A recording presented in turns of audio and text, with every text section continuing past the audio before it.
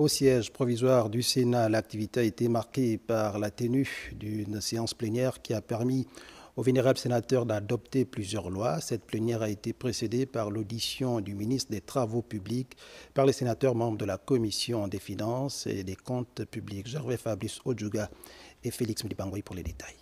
Pour assurer la modernisation et la pérennité du réseau routier national, le gouvernement a adopté le 13 février dernier le projet d'ordonnance portant création, attribution et organisation du Fonds autonome national d'entretien et d'investissement routier. Ce texte a été présenté au vénérable sénateur membre de la Commission des finances pour ratification.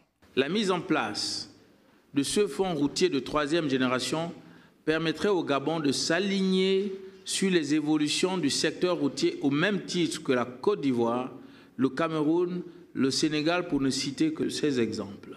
Le Fonds autonome national d'entretien et d'investissement routier aura donc pour mission essentielle de financer les opérations de construction, d'aménagement et d'entretien du domaine routier national. Pour ce faire, il sera organisé autour d'un conseil d'administration, d'une direction générale et d'une agence comptable. Devant les sénateurs membres de la commission de loi, le docteur Simplice Désiré Mamboula, ministre de l'Enseignement supérieur, a quant à lui présenté le projet de loi portant ratification de l'ordonnance portant organisation et fonctionnement du centre universitaire provincial de Logoué-Lolo.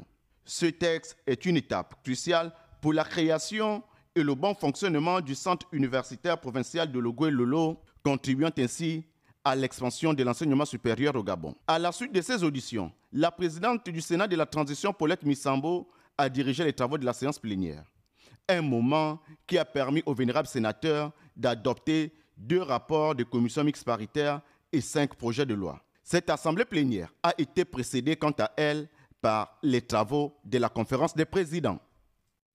Restons au Sénat pour parler du débat d'orientation budgétaire de l'État en prévision de l'élaboration par le gouvernement du projet de loi de finances 2026. Cet exercice républicain a permis au vice-président du gouvernement Alexandre Barrot-Chambrier de présenter le document de cadrage macroéconomique et budgétaire. Nous retrouvons Gervais Fabrice Odjouga et Félix Mdibangoy.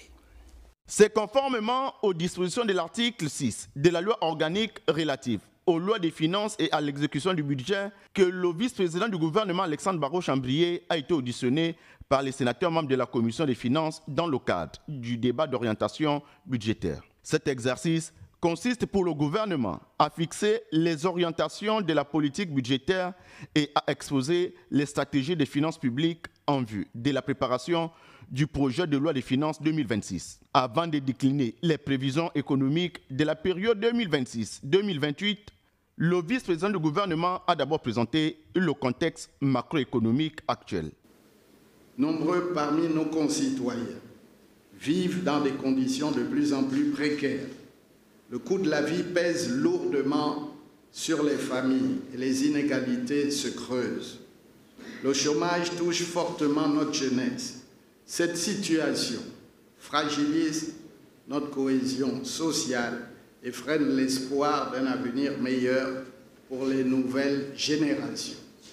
Et pour renverser cette tendance, nous devons cesser de dépendre uniquement de l'exportation des matières premières et miser sur la création locale de valeur ajoutée. Dans cette dynamique, le budget de l'État pour l'année 2026 partira de zéro. Nous allons élaborer le prochain budget à partir de zéro, en partant des besoins réels et prioritaires du pays. Il ne s'agira plus de reconduire systématiquement les anciennes dépenses, mais de s'assurer que chaque franc engagé permet d'atteindre un objectif clair de développement.